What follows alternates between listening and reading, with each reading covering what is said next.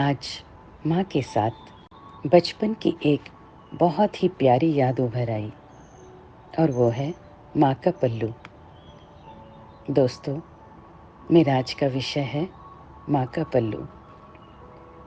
हम सभी अपनी माँ के उस प्यार और स्नेह को आज भी महसूस कर पाते हैं और ये बात शायद आज की पीढ़ियों की समझ में ना आए।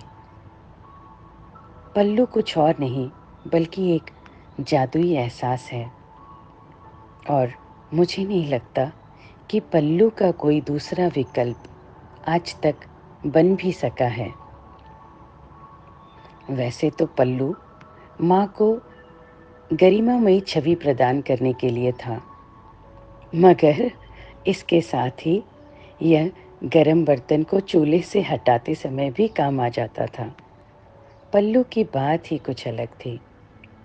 तब तो बच्चों का पसीना हो या आंसू, वह भी माँ के पल्लू से ही पोंछने के काम आता था।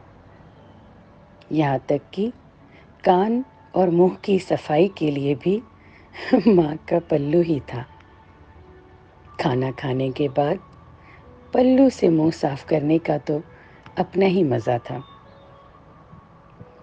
पल्लू एप्रन का भी काम करता था और माँ ने तो पल्लू को ही अपना हाथ पोंछने का तौलिया बना रखा था। मुझे आज भी याद है, कभी आंखों में दर्द होने पर माँ अपने पल्लू को गोल बनाकर फूंक मारकर गरम करके जब आंखों में लगा देती थी, यकीन मानो दर्द उसी समय गायब हो जाता था।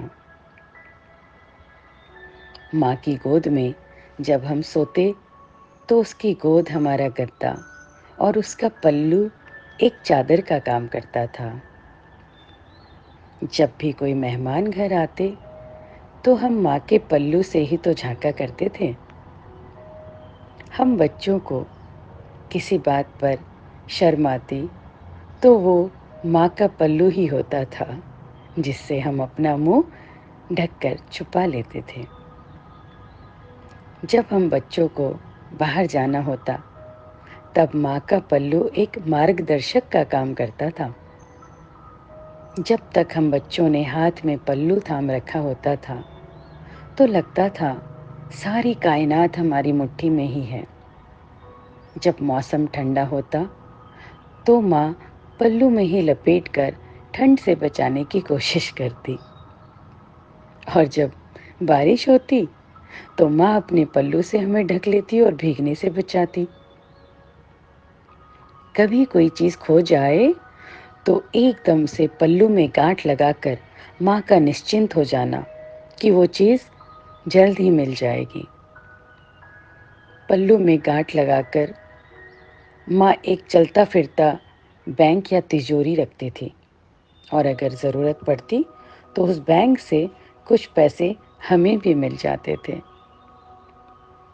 और फिर जब मेरी माँ घर के आंगन में तुलसी के पौधे को स्नान के बाद पानी डालती तो सुंदर पल्लू की उस आंचल से अपना सर ढक लेती। बहुत सारी बातें हैं मेरी माँ के पल्लू में।